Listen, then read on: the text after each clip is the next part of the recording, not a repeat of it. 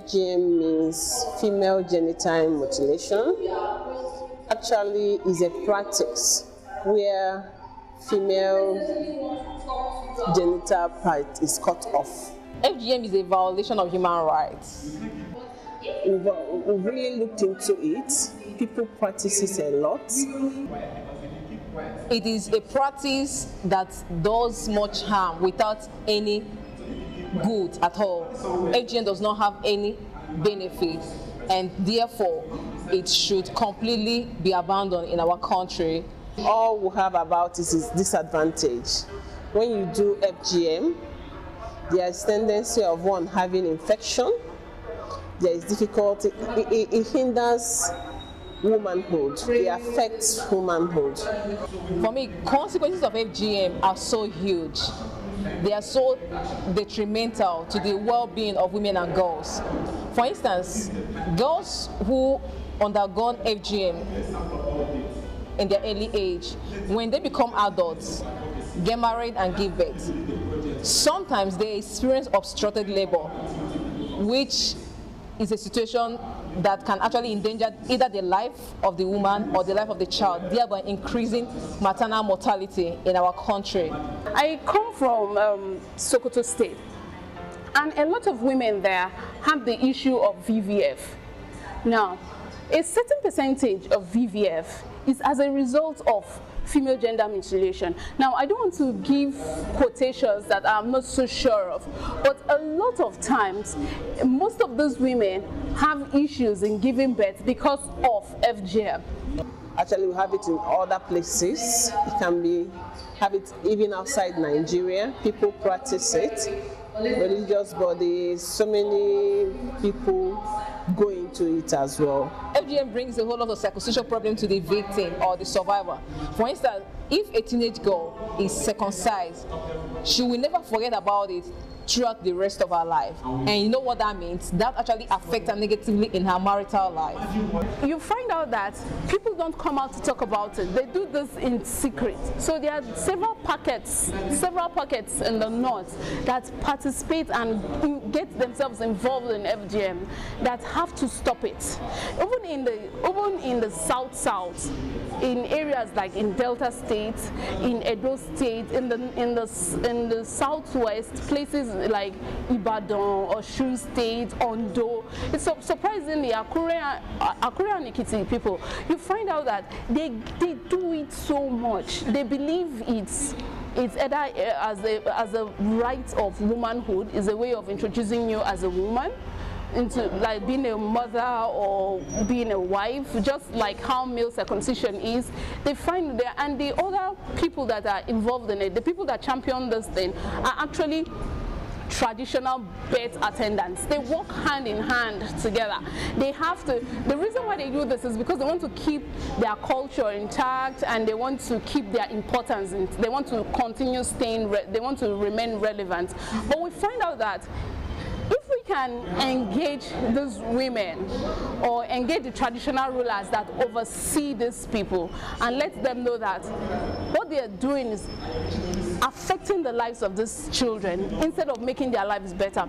If we talk about Kuje, it's not as if it's where we'll see it more. It's just a place of a case study. A place you can gather people to also talk to them about it and now spread it out. Everybody that lives in Kuje, they are not necessarily all indigenous. There are a lot of people that are from the east, from the west, and from the north, and they all live here, and they all come with their own cultures.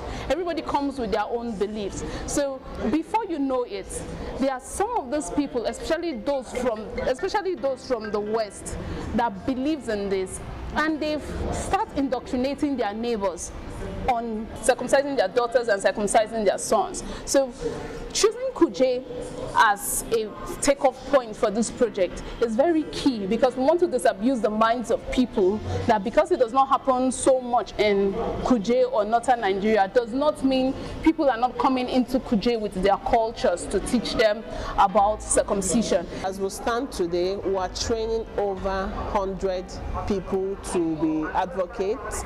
We have educationists, we have the religious body, we have core members, we also have health workers. Each of them has a particular specific people to reach out to. We have the health workers that reach out to pregnant and nursing mother and be able to talk to them on how to shun FGM. The health workers will take the extra time to talk to pregnant women and women that bring their daughters for circumcisions to teach them that this is the wrong thing to do, educate them on the adverse effects on their health and even on their psychological minds. Because at the end of the day, after the young girl goes through circumcision, she lives with it. And if she's unfortunate and it affects her in pregnancy or in infection or even in her sexual life, she is traumatized psychologically. As we talk, before we start, we gave them pre-test papers to let's know the level of their knowledge and impact they know about FGM. Most of them had some blank sheets. Okay, we've already started imparting information into them. It's an interactive class. I would say most of them are already taking charge. Some of them are telling us what they're going to do. Once they leave there, they take action. Most of them are going to go through media to talk about it. Some are going to create WhatsApp group to put people into that and also train them online. This knowledge we've received today that has transformed each and every hour of lives, we're going to take this same work down to Chibiri community. It's not an easy task, but my team and I sat down and after careful deliberation, having understood all that has been taught to us in this place, we decided on the following action plan. One, we're going to get to the district head of Chibiri community. Knowing that we have tight schedule in our various schools, we decided to go on sensitization program through the available programs existing within our schools, which is general to every school. And such programs are gender assembly, staff meeting, club and societies, mentoring classes, debates, dramas, and songs. Now when we get back to our facilities, we are going to tell the pregnant women about FGM because most of them have been circumcised. So we are going to take away the notion from them that even if they give birth to a girl child, the child must not be circumcised. As we are going to sensitize the market women, we are going to meet with the Igwe of Kuje. So this particular group of people that are here for this conference are going to help us take the message out. Outside Kuje if possible. But at the end of the day, everybody in Kuje will be sensitized, advocacy will be going on, and very few people will say that they don't know anything about female circumcision because of the work we have going on here, the advocacy that is going on here.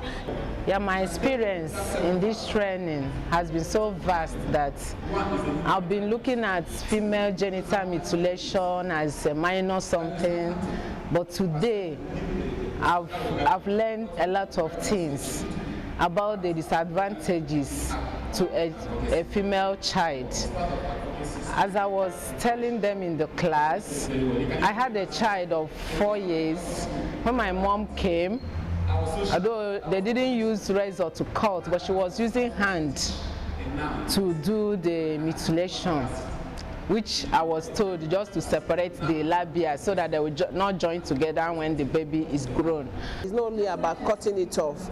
If you are numbing the area, you're also affecting the girl child once she grows up. So there are so many awarenesses that is being created now, and people are really going to take up to it. But today, I've known that all of these are very bad practice to a female child, and it needs to be stopped right and now.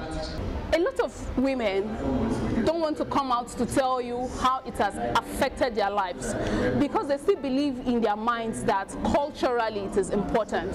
I want to use this opportunity to let everybody, especially the women and the men that enforce it in the society, know that female genital mutilation does not make you a better woman, it does not give you a better sex life, and it does not make you more acceptable in your society. If anything, it reduces your lifespan. As a nurse, I will use the privilege to talk to my pregnant mothers when they come for antenatal, and the nursing mothers too, when they come for immunization, to educate them about the dangers of female mutilation. The side effects, they lose a lot of blood at this, and they violate the human rights of a girl child. If in the process of cutting you are affected with HIV/AIDS, your lifespan is cut already.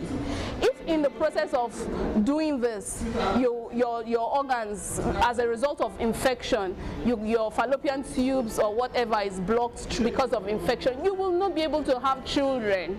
And the same people will tell you that it's because something happened. But what happened is because you let yourself get caught. Currently, we have this campaign on End FGM. It's called #NIG, End FGM. So I actually helped to launch this campaign at African Youth Initiative on Population Health and Development.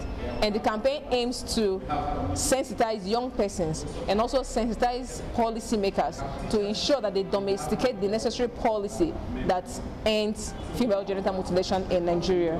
I got into this training program by accident. I must say, it wasn't planned. I was just walking by and I saw it and I came into it. And I must say, with all sincerity of purpose, that it's been wow, wow, wow. Information, they say, is key, and the knowledge I've gotten from this training today, it cannot be described with my words.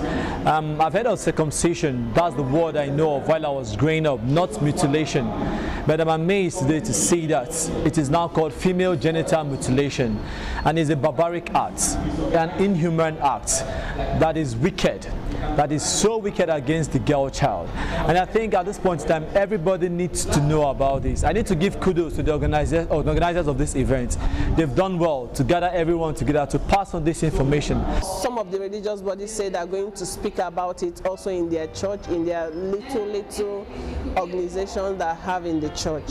So we're already having impact. And at the end of the day, they're also going to talk about the follow-up and all that. So we're on it already. In our different departments in churches, in mosques, people that talk to youth, people that handle children, people that talk in women fellowship, men fellowship, and other departments in church, we agreed. Like me, for example, I work with the youth. I'm a teenage teacher, so I made it a point of duty to educate the youth, the teenagers, about the dangers of female genital mutilation.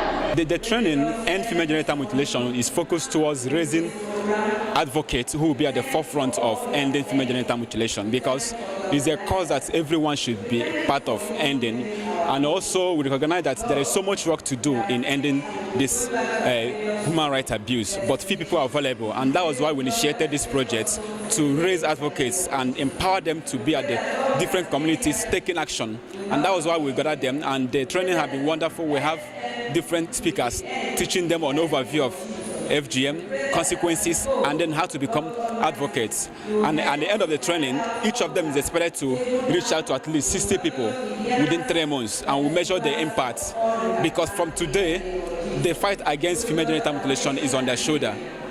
They will start taking action in their communities and to ensure that more people are aware of FGM and that so many people mindset are changed towards FGM. So for me, I am an advocate, a strong advocate for against female genital mutilation. Ending female gender mutilation is a big deal. It is not an act that is harmful to the girl child, and it should be stopped. I say put an end to FGM.